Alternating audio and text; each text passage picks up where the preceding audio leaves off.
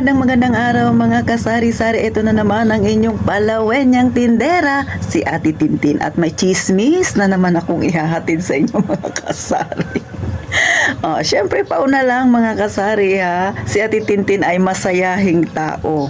Kung kayo ay na-distract dahil tawa ako ng tawa. Pero yung mga sinasabi ko po ay totoo. Sadyang masayahin lang talaga ako mga kasari. Feeling ko live na live ako pag nakakangiti ako. Kaya kung sa tingin ninyo nadidistract kayo, ay pasensya lang. Pero ganito na talaga yung personality ko mga kasari. Madali akong mapatawa pero madali rin akong malungkot. So ganun lang. Dapat balance lang mga kasari. Pero syempre mga kasari, yung aking imamarites sa inyo, tips para iwas lugi ang ating tindahan. Gusto mo ba yung ganitong usapan? Huwag ka nang mahiya. Pindutin mo na ang subscribe button na yan mga kasari. I-like mo na rin ang aking video at kung may gusto ka pang malaman, gusto mo ng second opinion, mag-comment ka lang dyan sa baba. Pag-usapan natin yan. Kung gusto mong may topic kang ma-share mga kasari at gusto mong i-topic din at itintin, huwag mahiya. Mag-comment ka lang dyan sa baba. At gagawa natin ang paraan yan. At syempre, paki-share na rin ang video ni Ate Tintin. At nga pala, maraming salamat po sa 1,020 na subscriber ni Ate Tintin. Sana dumami pa tayo. At pasensya na kung laging nakangiti si Ate Tintin. Eto na talaga ako. Pero yung aking chinichismis mga kasari ay totoo. Sana kapulutan ninyo ng idea at kaunting aral. So paano? Umpisa na natin ang real talk natin. Chismis. Mga kasari, eto iwas lugi pero nasa sa inyo. Kayo ang magdidesisyon kung talagang gusto ninyo yung ganitong tips sa inyong negosyo. Kung ikaw ay bago, mag-uumpisa, balak mag-umpisa ng ganitong sari-sari store na negosyo, sana makatulong ito mga kasari. So number 1 mga kasari, para maiwasan ang pagkalugi ng iyong tindahan, abay, ihiwalay ang pera ng negosyo ninyo sa personal ninyong pera. Magkabukod yan ha, sisi, hindi yan magkasama. Please lang. Baka mamaya pupunta ka ng mall, may nagustuhan kang damit o kung ano-ano doon. Diba? Ay may kamahalan. Ang budget lang ng pera mo, yung pangsarili mo, yung personal mong pera ay 500 lang. Ngayon dala mo yung pera ng tindahan mo, baka naman kukuha ka doon. Ops, big no-no yan. Pag negosyo, negosyo lang. Pag personal, sa personal mo lang gamitin mga kasari. Yan ang pakatandaan para iwas lugi ang iyong tindahan. Number 2, mga kasari, dapat mahilig kang mag-check ng iyong paninda para malaman mo kung kailan ang expiration yan. Maiwasan na magkaroon ka ng expired na paninda para medyo malayo-layo pa ay maipush mo na yan siya, maibenta mo na kay customer mga kasari. So bahala ka nang gumawa ng strategy. O kaya naman, ulamin mo na lang kung dilata yan mga kasari. Siyempre, palitan mo rin, bilhin mo para hindi ka malugi, ibalik mo sa dating presyo niya. At least nabalik yung pera mga kasari.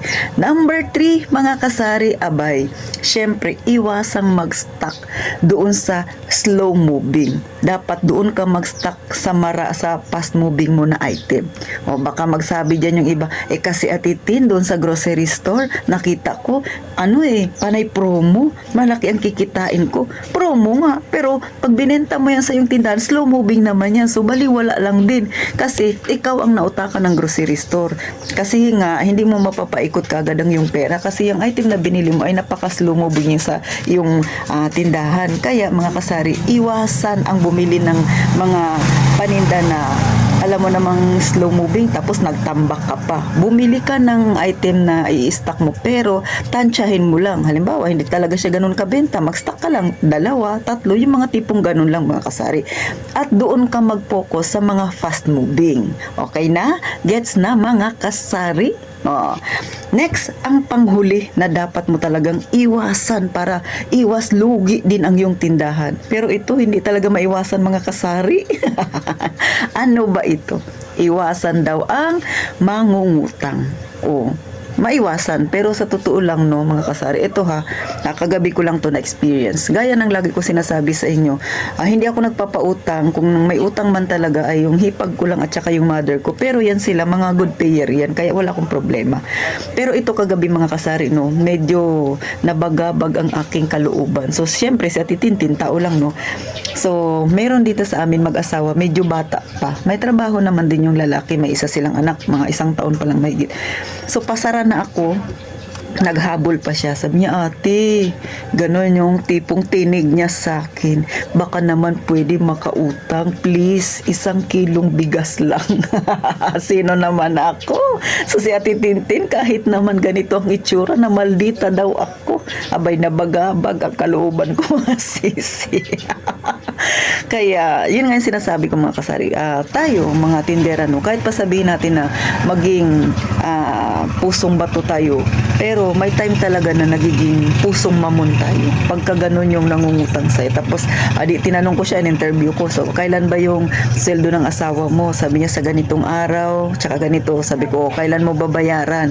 Sabi ko kasi, hindi talaga ako nagpapautang. Kaya lang, tinatanong ko para tumupad ka dun sa ating usapan. Kasi, pagka nagpautang ako, hindi ko kaagad mapapaikot ang aking puhunan. So, yun yung paliwanag ko sa kanya. Sabi ko, sana ay tumupad ka sa ating usapan. Bagamat 1 kilong bigas lang naman yung mga kasari. Pero, syempre, sabi ko nga sa inyo, no, ay mas mainam na alam ni customer na ikaw ay hindi nagpapautang, or kung nagpapautang ka man, dapat tumupad siya dun sa usapan ninyo. So, gano'n lang naman. Bagamat, para sa iba siguro ay maliit lang yan. Yes po, ang pangungutang ay nag-uumpisa sa maliit. Pagka hindi ka marunong magbantay, palaki ng palaki yan. Kaya nga yan yung isa sa dapat nating iwasan para hindi or iwas lugi ang ating tindahan. Pero syempre, nasa sa inyo yan, mga kasari. Pero para sa akin, minsan kasi umiiral pa rin yung aking pagiging pusong mamon. Pero syempre, may limitation lang. So hanggang dito na si Ate Tintin, mga kasari. Sana kahit papano nakapagbigay ng kaunting tips, idea dyan sa iba, lalo na sa mag-uumpisa pa lang ng ganitong tindahan, yung ganitong negosyo ang kanilang gusto. So paano? Gaya nga ng palagi kong sinasabi, mag-iingat tayong palagi, mga kasari.